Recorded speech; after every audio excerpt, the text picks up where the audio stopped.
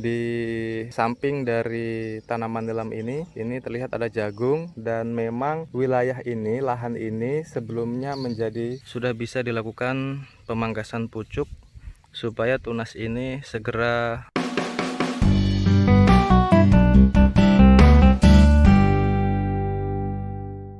Assalamualaikum warahmatullahi wabarakatuh. Kembali lagi bersama saya Setio Prayogo di channel S Prayogo. Sebelumnya semoga kita semua dalam keadaan sehat walafiat, sekalipun di dalam kondisi PPKM ini. Semoga segala jenis usaha kita bisa berjalan sesuai dengan harapan kita semua. Jadi kepada sahabat-sahabat petani nilam di seluruh Indonesia, hari ini saya berada di desa Sidomukti, dan kebetulan juga ada, ini terlihat tanaman nilam yang lokasinya tidak jauh juga dari tanaman nilamnya Pak Samuri. Dan kebetulan juga ini lokasi penanamannya di wilayah perkebunan, khususnya perkebunan di Sidomukti. Dan kita akan lihat bagaimana pertumbuhan dari tanaman yang ditanam oleh masyarakat di Sidomukti ini. Nah, baik sahabat-sahabat semua, ini kita bisa lihat ini adalah tanaman Bapak Budi. Tadi saya ada ngobrol dengan rumah sebelah ini, saya tanyakan ini tanaman nilam siapa. Beliau menyampaikan miliknya Pak Budi yang rumahnya itu di Desa Mansahan, Kecamatan Toili. Tetapi beliau memiliki kebun di perkebunan Sidomukti ini sehingga dimanfaatkan untuk menanam nilam gitu. Nah, jadi sebelum ditanami nilam, lokasi ini ditanami sayur-sayuran ya.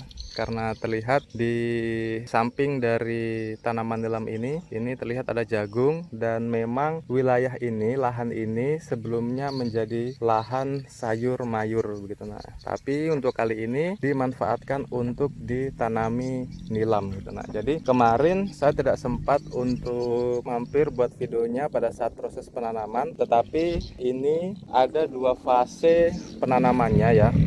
Yang di bedengan ini fase pertama ditanam, dan yang di sebelah kanan ini fase kedua proses penanaman. Jadi bisa kita bandingkan, ini yang sudah ditanam lebih awal, pertumbuhannya sudah seperti ini, dan yang penanaman kedua itu kondisinya sudah seperti ini. Nah, untuk presentasi kehidupan sendiri ya, ini presentasinya 90% dari beliau menanam, karena kemarin saya juga berapa kali lewat di sini dan itu hanya sedikit saja yang mati dan segera disulam, tetapi pertumbuhannya ini semua rata yang penanaman pertamanya. Ini sahabat-sahabat semua kurang lebih sudah umur 1 minggu sejak dibuka cepuknya, dan terlihat ini sudah segar semuanya ya, kita bisa perhatikan. Dan kepada sahabat-sahabat semua, kemarin ada yang WA saya, kemudian nanya, Mas, bedengannya itu seperti apa? Nah, jadi bedengannya itu yang saya maksudkan seperti ini. Artinya bedengan itu dibuatkan gulutan ya. Jadi ada gulutan, ini gulutan namanya, yang ini gulutan, kemudian yang ini saluran air gitu. Nah, jadi ketika musim penghujan, tanaman nilam kita tidak tergenang air gitu, karena kalau tanaman nilam tergenang air maka itu akan menghambat proses pertumbuhan dari tanaman nilam kita. Nah, sehingga kalau misalnya menanam di wilayah datar dan lokasinya apalagi di wilayah perkebunan seperti ini, maka wajib untuk dibuatkan bedengan seperti ini agar supaya tanaman nilam kita tidak tergenang air. Nah, jadi kepada sahabat-sahabat semua, untuk cara bagaimana membuat bedengan ini cukup sederhana. Jadi ketika lahan sudah siap, bisa dilakukan pembajakan menggunakan traktor ya. Ketika sudah dibajak, kemudian dibuatkan jalur mata airnya. Setelah itu kemudian dirotari untuk menghancurkan tanah yang masih menggumpal, lalu dirapikan kembali bedengan yang sudah dirotari itu sendiri. Nah, jadi kita bisa perhatikan sahabat-sahabat semua, ini tanamannya. Nah, untuk membuat bedengannya sendiri, ini saya pikir sudah bisa dijadikan contoh dan sisa diaplikasikan di lahan sahabat-sahabat semua. Nah, ini terlihat tanahnya sangat subur hingga muncul lumutnya, dan untuk rumputnya sendiri ini rumput-rumput sawah ya. Ini tidak, ini rumput ringan lah kalau mau dibasmi ini dia. Tidak seperti kita yang menanam di wilayah pegunungan yang rumputnya itu setengah mati untuk dibasmi gitu. Nah, kita lihat lagi tanaman yang di sebelah sini. Ini luar biasa sekali pertumbuhannya. Jadi nanti kita akan terus pantau tanaman Pak Budi ini, bagaimana proses pertumbuhan ketika sudah umur 1 bulan hingga Pak Budi ini melakukan proses panen di lokasi ini. Nah, jadi terlihat sahabat-sahabat semua sangat bagus sekali. Untuk jaraknya sendiri ini sepertinya jaraknya 50 kali 50 untuk jarak tanamnya, dan kita lihat pertumbuhannya bagus sekali sahabat-sahabat semua. Ini seharusnya sudah bisa dilakukan pemangkasan pucuk supaya tunas ini segera muncul. Baik, kepada sahabat-sahabat semua, ini lahan Pak Budi ini kurang lebih hampir setengah hektar, atau kalau tidak ini sudah setengah hektar, karena mulai dari bedengan ini, kemudian bedengan yang ini, kemudian sana 2 bedengan plus yang di belakang sana.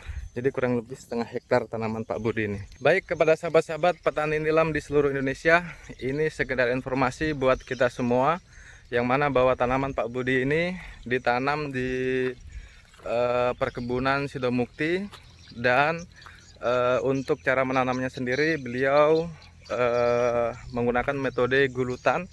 Dan bagi yang bertanya bagaimana caranya pembuatan gulutannya, bisa mengambil contoh ini dan dibuat seperti ini. Dan kalau bisa untuk gulutannya sendiri dibuat agak lebar supaya jarak tanam untuk tanaman nilam kita itu bisa agak lebar gitu, sehingga nanti ketika tunasnya sudah tumbuh antara tanaman satu dengan tanaman yang lainnya, tunasnya itu bisa ketemu. Karena kalau rapat kita tidak bisa menghemat bibit, plus juga nantinya itu kita nggak ada ruang untuk jalan. Tapi kalau seperti ini ada pematang jalan, itu tidak jadi masalah. Baik, kepada sahabat-sahabat petani nilam di seluruh Indonesia, semoga kita tetap dalam keadaan sehat walafiat. Dan sebelumnya Pak Budi, saya mohon maaf sudah lancang mampir di kebun Pak Budi ketika Pak Budi nonton video ini. Tapi kita semua tergerak, hati kita tergerak karena kita yang menekuni dalam memproduksi minyak asiri nilam itu sendiri, sehingga saya mampir dan kemudian termotivasi dengan apa yang dilakukan oleh Pak Budi di lahan Pak Budi ini. Semoga Pak Budi tanamannya bisa tumbuh subur, dan nanti saya akan sharing dengan Pak Budi ketika Pak Budi ada di lahan Pak Budi ini. Baik, terima kasih kepada sahabat-sahabat petani nilam di seluruh Indonesia. Mohon maaf kalau ada kata-kata saya yang salah atau perilaku saya yang salah. Saya mohon maaf yang sebesar-besarnya. Saya akhiri, saya Setio Prayogo, salam petani nilam Indonesia. Wassalamualaikum warahmatullahi wabarakatuh.